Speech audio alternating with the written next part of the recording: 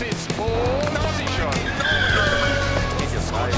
Goes around the outside, it's in his team. Qualified. Hello, everybody, and welcome back to Barely Qualified, a Formula One podcast post Monaco Grand Prix edition. What a day of racing it was on Sunday. We are your hosts. I'm Channing Apodaca. Across the screen is Brandon Wood. Brandon, how are you feeling, my guy? Feeling wonderful. It was a jam-packed, emotion-filled weekend of racing. Just so much to talk about, so much to get into. So, yeah, another Monaco Grand Prix come and gone, and wouldn't you know it, the curse has been lifted. The hometown boy, Charles LeClerc, finally gets that maiden victory in his hometown. yes, Charles, no longer the prince. I think he's finally anointed himself as king of Monaco after this weekend. It was amazing. Just overall, like, just to see this finally happen. This is what his sixth attempt. He's been on pole. This was his third time being on pole. Yeah. Which was just right from the beginning of the weekend, he was just like on it. Yeah, he was point. Almost a full second ahead of Piastri, I think, in that qualifying lap. Yeah, and just, like we said, from the beginning of the weekend, all through the practice sessions, he was just like immediately on it, showing that that him and that car have the pace to take the pole over the weekend. We got to qualifying, first couple of sessions of qualifying. Seemed a little hairy. I don't know. Things weren't quite fully clicking for him. I think he had his first outlap, he got like some debris or something like that, had to come back in. So he was a little bit out of rhythm, hadn't quite put up a top time yet, but able to put it all together, gets himself into Q3, and his Q3 laps were just perfect. Manages to hit himself on pole with quite a nice little margin. Just fully putting himself in a great position for Sunday. It was close there. Oscar had a good time. I think maybe just one small little mistake put him in second place there. So it wasn't guaranteed for Charles in qualifying, but he made it happen. Yeah, and so he ends up qualifying on pole. Let's talk about Piastri for a second because start of the race, lap one, there's a big red flag. We have, I think if you include Carlos Sainz in it, it would have been 4. There's a big red flag that happens, and on that first lap, Oscar Piastri was all over him. I think if they had gone one more lap and he got that DRS zone, it's a hard task to do at Monaco, but I think there's an overtake opportunity there, or at least keeps him in the window for like a pit stop overtake. But we do get a red flag restart. It's a starting line restart, not a rolling start. And they let Carlos Sainz take his position in P3, right? Yeah, P3. They let him take it back, which I don't know how you feel about it. I don't know how you guys at home felt about it. I thought that was a little unjust. We saw it in Silverstone, was it last year before, where there was an accident on lap 1 and they didn't hit the, the 200-meter marker, right? Yeah. So, yeah, in the circumstance of this past weekend, Joe Guan Yu, who was at the very end of the pack, hadn't quite gotten to the certain marker that he needed to get to in order for them to trigger a restart where Carlos would be out of his position that he started in. So I think that is so heartbreaking, and so I don't want to call it unjust, but I'm going to call it unjust. I think that is so unjust because the front of the pack had already cleared their lap, and that was a complete mistake on Carlos's part alone. That was a full-on lockup. I don't think he made contact. You might be able to correct me, but I'm pretty sure that was just a bona fide solo lockup. He goes off. He would have ended up in 18th because the pack was going to fly by him. Who, Carlos? Yeah. Carlos, that was because him and Oscar touched. Like, did they? He got a puncture. Yeah, like their tires touched, and Carlos said he didn't really even feel it. Yeah, you know what? You're right. But as soon as he hit the corner right there, he just had no traction, whatever. So yeah. Well, you could chalk that up to a racing incident, and Oscar would have ended up in P2, Lando in P3, which means that my prediction for my pick your poll would have come true. It would have been those top 3, not in any particular order, but it would have been Chuck, Oscar, Lando. That would have been maybe the first time I've ever gotten a pick your poll right. But They give Carlos Sainz his position back, and the order doesn't really change, at least at the top. It ends up being Chuck from Oscar, then Carlos, and Lando misses out on a podium. Still great points for both teams. But yeah, just a wild start to that race. It was Kevin Magnussen playing the Viking role and taking out Checo Perez in just idiotic fashion. Kevin Magnussen just doing what he's there to do. That is his sole job now. That is his sole job, is to punch a hole, and goddamn did he punch a direct battering ram hole through the back of Checo's car, put him in the wall, and just mangled that thing. Yeah, I mean, he first and foremost, he has to actually finish the race. So I don't think he really did what he was supposed to do.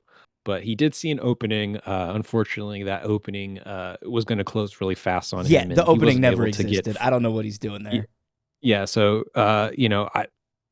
whether or not he should have deserved a penalty for that, I don't know. I think that's a really tough one. I think he did luck out in that there was no.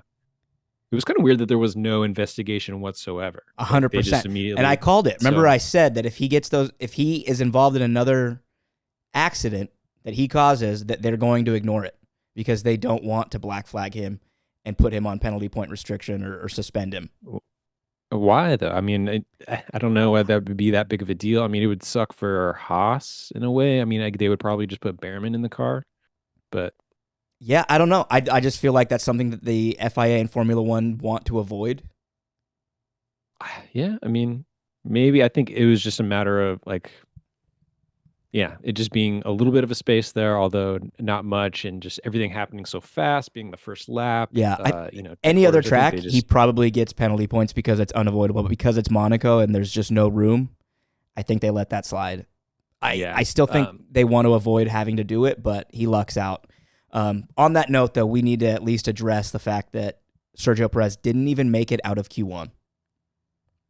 Yeah, really tough weekend for him and Red Bull altogether this weekend. Max struggled from the beginning of the weekend as well, and was only able to get it into 6th in qualifying. Yeah, so ended up in between both Mercedes. Not great. We're seeing this as maybe somewhat of a trend happening with Red Bull. We've other teams catching up after this weekend. There's, I think, 31 points between Max and Charles. I think there's 20-something points between Red Bull and Ferrari now. So, and then McLaren is nipping on the heels as well. Exactly. So, how are you feeling about this? It could be said that maybe Red Bull has hit that ceiling a little bit. There's not much more room for them to progress, and everyone else is kind of catching up a little bit. So, how do you think this weekend lays in that trajectory for Red Bull? I love it. I still love Max. I still like Red Bull. But the fact that we now have a 3-dog fight, or like a glimpse at what could happen if they don't get their shit together, that's what we need. That's exactly what Formula One needs, is a competitive field. And we're finally getting it. Monaco's a little bit of a tough test, but I think we'll get a better look at how everything shakes out in Canada in 2 weeks, a week and a half, whenever it is. But I think it's great. It's great for the sport. I think it's good for the drivers. Max didn't seem too happy about it. He was pretty silent all weekend. But hey, man, them's the breaks. He mostly was just complaining about how the racing was pretty boring. Yeah, for him. And then apparently he had to pee or use the bathroom. I don't know exactly, but he had to use the bathroom from lap 20 on. So for him, it was a little bit of a rough day. Oof. Yeah. So, but yeah, like we said, with that first lap incident, all the cars able to make that pit stop on the first lap to go for either their medium or hard tires, and most cars able to make that last through the whole race. So in doing that, making the entire pace that everyone was going at extremely slow. So at one point, all the cars were going slower than the Formula 2 cars did in their race. So I mean, what they were able to do with that was basically make a pointless race more pointless. Well, I mean, I don't know that it's necessarily a pointless race, but it is frustrating that in a track like this, where it's really hard to overtake, that kind of, and it all comes down to strategy and like making sure your pit timing is right and all that Mhm. stuff. And with all that being said, they're all running on tires that will go the entire race, no problem. Right? I Exactly. think if they The should only come here with a lot softer of a tire, something that's going to break down a lot, or at least force them to go with all three compounds. Force two pit stops. Mhm. Make a little bit more of an emphasis on getting that timing right, making sure that everything goes clean with the pit stops, and I think that would maybe solve some of the problems. Yeah, I mean they basically like your best opportunity to overtake at Monaco is in the pit, and that was gone with that red flag. Is what I'm saying. Not obviously like a pointless race, but you guys get where I'm going with this. We did see Yeah, some there's a some of the couple. back markers do a little pit stop. Lance Stroll had to because he caught a puncture right out of the gate of his pit stop there. He did a pit in the middle of the race. Actually, he was one of the few that pitted, and then that tire just popped and almost Yeah, caused another flag. We almost got another yellow, maybe a red.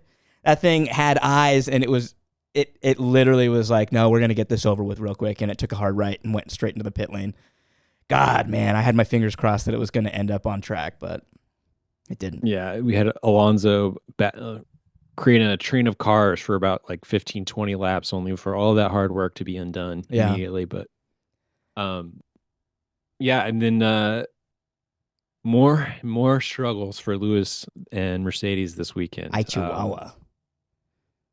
So coming into this weekend, apparently the drivers were given the news that only one of their cars, or Lewis and George, only one of them would be getting the new front wing upgrade. So they were gonna flip a coin over it, and apparently Lewis just said, "Just let George have it." And He's so done. maybe He's so done with he's Mercedes. he's so over it. And then Lewis had a really good practice session, was putting in great times, and then come qualifying, just like I think all but one other race this year, he gets outdone by George Russell, and then which led to some spicy comments by Lewis afterwards in the press pin, and he said that he doesn't expect to be ahead of George at any qualifying for the rest of the year. Wow.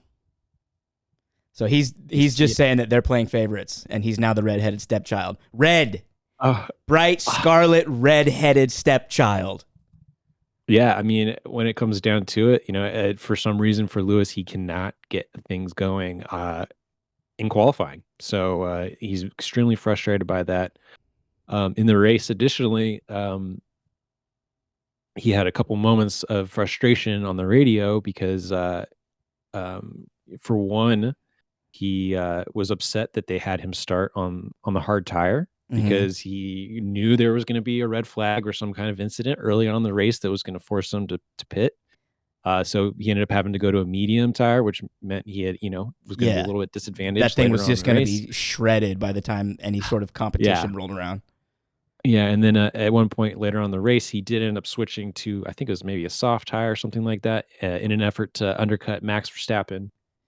But out on his out lap, he asked his engineer, what the status is, and he just said out lap normal, when in reality it should have been what they term as an out lap critical, which means that You putting a little push. extra pace so that he can make sure that he gets ahead of Max. But because that didn't happen, that communication didn't happen, he ends up behind Max, and then he's just like, well, why was I told not to not to try to push? So Yeah. and then afterwards, the team saying that was their mistake. They should have communicated that to Lewis better. And so just this spiral is Yeah. just I keeping mean, going. they don't really And have like the top brass there at Mercedes anymore, having lost a lot of their top personnel to other teams on higher pay grades. But how much of a factor do you think it is that it's not just Lewis being checked out, it's not just the team not being as high quality as they once were?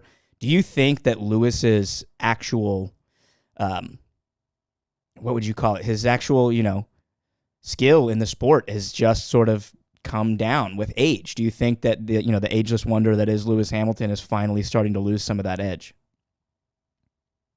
I mean, I don't know. It's hard to say. There's probably some of that just with his age, but I think he does. He does obviously seem like he still has the desire to get back to winning. I Yeah. think just with his situation he's in right now, he's just doesn't see it happening anytime soon. So he's kind of checked out a little bit and just kind of trying to enjoy his time and maybe I don't know. I mean, he's already started to be left out of certain meetings there at Mercedes and stuff like that in an effort to, protect information. So I That's just the crazy. vibes are That has to just not feel so bad.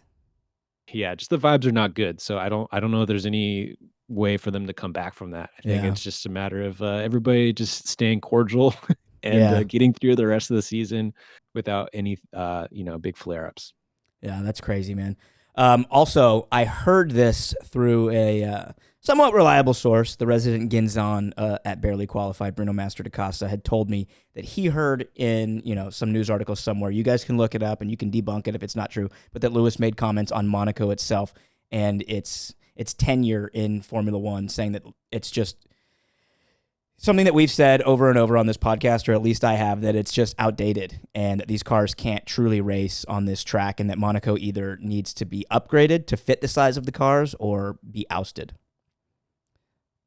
Yeah, Which, I mean, we're kind of beating a dead horse because I've been saying it for the last 2 years, but, coming from Lewis, the greatest of all time, that should come with a little weight. Yeah, I mean, at this point, I think it's kind of obvious that, for a lot of, maybe not a lot, but for some circuits in the championship, it's going to be not as much about racing. It's going to be about the pageantry, and so I think Monaco is going That's to a be good one way of to those put it. places. Regardless, I think if you wanted to make it racing more interesting, make the car smaller. But in the end, but that's also going to make the cars more dangerous. I think cars just with Checo's crash this past weekend, obviously he came out unscathed, and I Luckily. think a big part of that is because the cars are now so much safer than they used to be. Yeah. Part of that is because how big they are. So it's a little bit of a trade-off, and I think it's okay if the racing is a little bit boring, but maybe we can introduce some other kind of things to spice it up a little bit. So yeah, I mean, I don't want to change anything to the racing. For me personally, I don't necessarily truly want to get rid of Monaco. If they can make it stay and make it work with better racing, then of course we have to keep Monaco. It's one of the Triple Crown, and 2 on the same weekend, on the same day. If there's a way that they can extend the track, make the streets bigger, reinforce the edges, I don't know what you have to do, but if they can just give a little bit more wiggle room on that road, please, for the love of God, please do it. Other than that, what else do we have to move on to? I know there was a little bit of extra drama. Yeah, I think the last big thing to talk about from Monaco is another lap 1 incident that happened that put a driver out. It was the incident between Esteban Ocon and his teammate Pierre Gasly. Yikes! The team had a conversation. They've had issues before of them getting into contact with each other. There was explicit instructions from the team this weekend to play nicely. Let's give each other enough room. Let's get through this cleanly. And sure enough, Esteban goes for the lunge on his teammate and ungracefully gets punted and ends up stirring his transmission and is out of the race. Yep. Pierre, some wing damage, is able to recover under the red flag, but could have been a near disaster for Alpine again. Yeah, and the team is on official record as saying that there's a chance, and this is front page of F1.com, saying that there's a chance that Esteban Ocon could be benched for the Canadian Grand Prix. Yeah, word is Jack Doohan put in a lot of work on Friday night to get that car in order for Saturday qualifying, and Pierre had a great result. The team very impressed by that. Jack's been kind of hanging around in the background doing hard work for a while for that team. So I think it'd be cool if he got a little opportunity. With the team in this situation, I know they're extremely frustrated with the 2 teammates not getting along. Even though we kind of thought coming into this pairing that we might end up seeing something like this. So yeah, it's no shock that they're unmetaphorically butting heads. But to actually see this, rumor come to fruition or like be on the verge of coming to fruition is crazy because, it was a promise made by both drivers and the team that this would not happen. And lo and behold, here we are. And just not a team that you would expect to be having that sort of drama. Like you can see it from a Red Bull standpoint with, their crop of young drivers. You can see it with the Williams and Mercedes, situations going on there that they might want to put somebody in a seat and take somebody out, yada, yada. But Alpine just a little out of left field. Yeah, I don't even know who's team principal over there right now, but if whoever it is, they should make Esteban accountable for his actions. I mean, he's going to get a 5-place grid penalty, Canada from FIA. So, but that's not enough. The team needs to step in and do something and having him sit out so that Jack can take his place at Canada might be a thing that gets him to get his head in order. So yeah. I feel a little bit bad for Esteban because he's been there so long. He's their tenured driver. So to see them taking Pierre's side is a little bit sad, but it's rightfully so. Like he has, I think, been on the worst end of who's to blame when it comes to these two coming into contact with each other. It might be him posturing a little bit, saying, fuck you, dog. This is my team. My opening. Yeah, I mean, who knows where that team's headed to. Gonna catch him on the pine. Might be the shakeup that they need. Who knows, That could just do them a little bit of fresh blood in there. I think if Esteban gets benched, he walks. I feel like he might take that personally, but then at the same time, where's he going to go? There's rumors bouncing around he might go to Haas. Him and Joe apparently are up for a Haas seat. So wow, with Nico going to Audi. Yeah. Oh. So and K-Mag on the outs. So rightfully so. K-Mag's time has come to an end. So he can go join. Find a Danish demolition derby circuit to join, and that'll fit him perfectly. He'll fit right in. Some figure 8 drive. Yeah, there you go. Yeah. What else do we got? I'd say it's about time for our props and our flops. There we go for the weekend. You went first last week, so I'm going to steal this one from you and force you into something different. Obviously, the big prop is to Sergio Perez. Not making flop for certain. Yeah. The big flop is to Sergio Perez, not making it into Q2. I'm trying to think if there's anybody else. I guess you could put K-Mag in there, but Checo puts himself in a position to be K-Magged, and he got that mag emptied on him. He emptied the whole clip on him. So that's my flop. Yeah. My flop, I don't know. I think it's got to go to Lance Stroll. I mean, over Fernando? Over Alonso? I mean, Fernando did pretty good. I mean, considering, he kind of ruined, I don't know. I mean, every weekend in qualifying, he's had to kind of like put that car on the edge in order to make something happen. And I think he kind of just wasn't able to make it happen this weekend. So I think just the team in general has put him in a bad situation. So an 11th place for him is, I don't know if it's fully his fault. I mean, he was playing the team strategy the whole race, right? Like he was holding up, that whole pack so that Lance can actually make a move and actually do something exciting in this race. And then Lance just went and blew it. So It's like, when you get those moments to be the shining star of the team, you got to kind of make it happen. So. Yeah, I guess that was like his one time to take the spotlight, and he can't do it. He just strolled by. Pun. Yeah, I can go straight on my prop if you want. No, I wanted to go first because I wanted to steal it from you and force you into doing another one. So the obvious flop for me was Checo. The obvious prop for everybody, it has to go to Charles LeClerc. He finally wins that race. He becomes the first Monegasque driver to win in Monaco. He's, all the glory of this is his school bus stop. His mom used to do David Coulthard's hair or whatever. Yada, yada. He's finally done it. There's no better driver to choose than Charles LeClerc for your prop. For mine.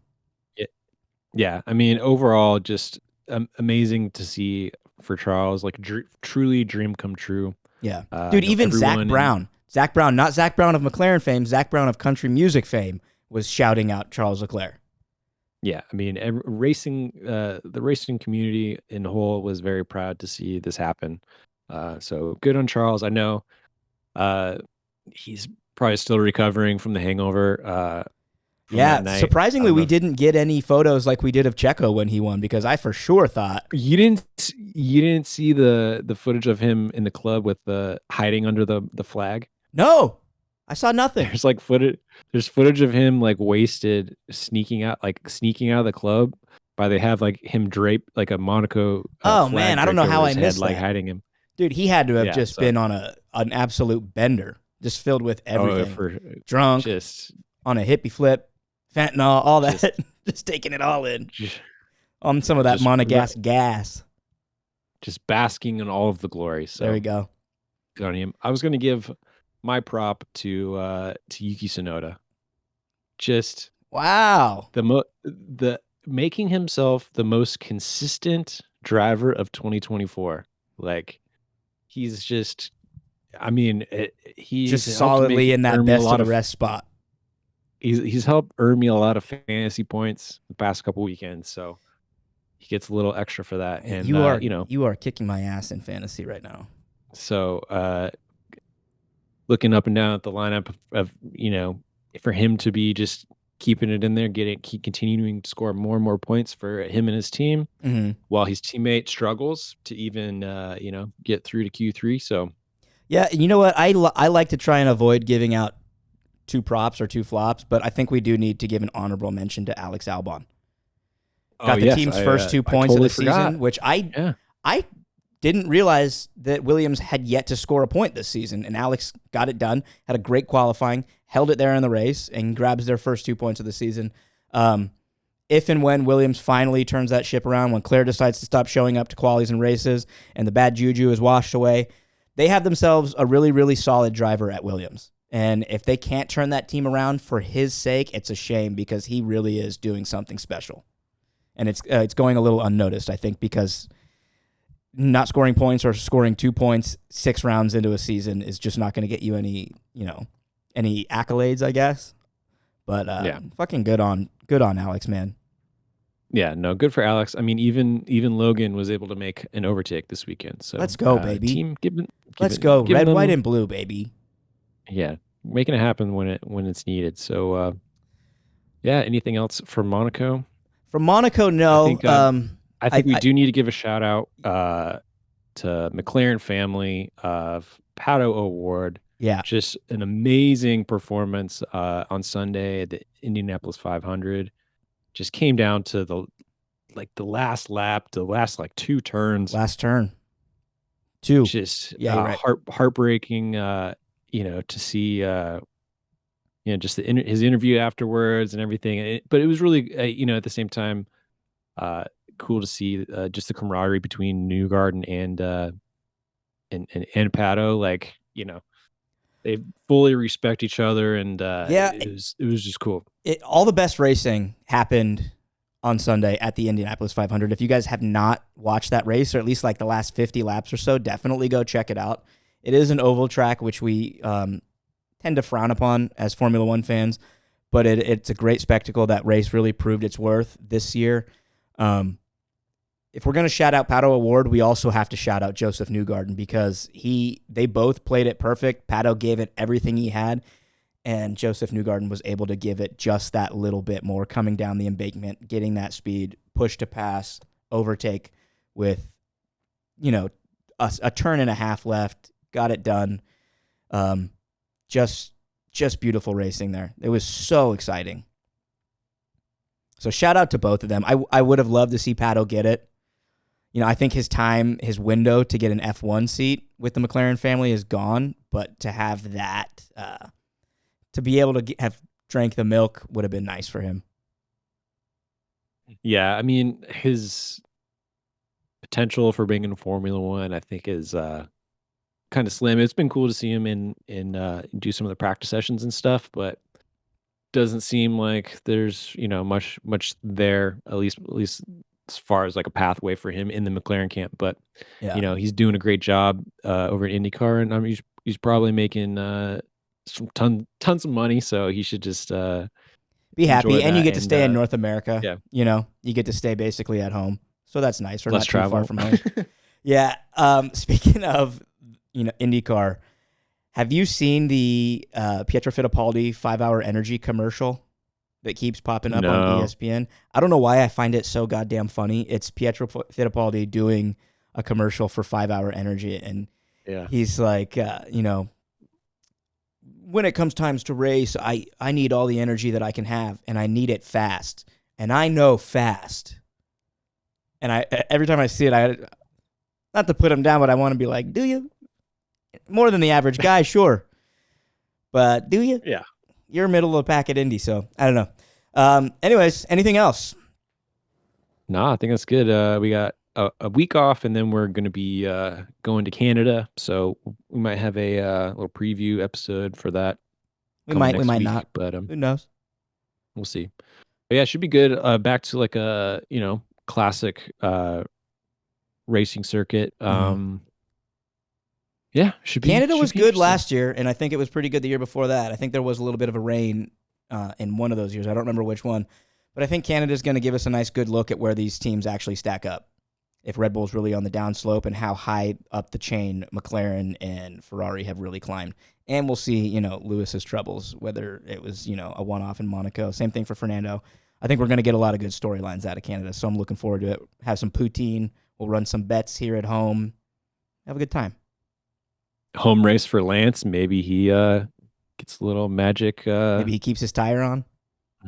Yeah, maybe he gets a podium. Yeah, maybe Esteban Ocon will get to be in the paddock speaking French with some of the locals. He can speak French the entire weekend. Yeah, be nice for him. It'll be fully Be like a fun, nice, he'll feel at home in Quebec. It'll be actually like a nice weekend off for him to just enjoy the city and the French festivities. Yeah. I mean, it'll be required, I think, right? Don't they have to do everything in English and French? I would imagine, yeah. I mean, the Canadians, the Montreal Canadiens, L'Habitant, they won't hire a coach who doesn't speak French. So they're very tried and true up there. So I could see that. Good on them. All right, guys. Well, did you want to do the outro? No. No, please. Go ahead. Be my guest. I don't know how it goes. Truth be told, I don't really know either. I kind of just fly by the seat of my pants. Goes a little something like this. Guys, this has been Barely Qualified, a Formula One podcast, the post-Monaco Grand Prix edition. If you have not yet, please subscribe to the YouTube, like any videos, share them with your friends, follow us on Instagram, TikTok, and Twitter, and check out the link in our bio. That'll take you to our, I forget which one it is. Is it a link tree or is it a Beacons? Beacons, Mr. but Producer. it's got everything there, so that's all you need to know. It's our landing page. You can find us on all social media there, and whatnot. So, and the whatnot. Check it out. Yep. Give us a shout out if you have any questions, comments, concerns, anything that you want to address with us. If you want to call me an idiot for my stupid takes, please do so. Let's get into some arguments. We love you guys. We will see you guys in Canada. Peace. peace.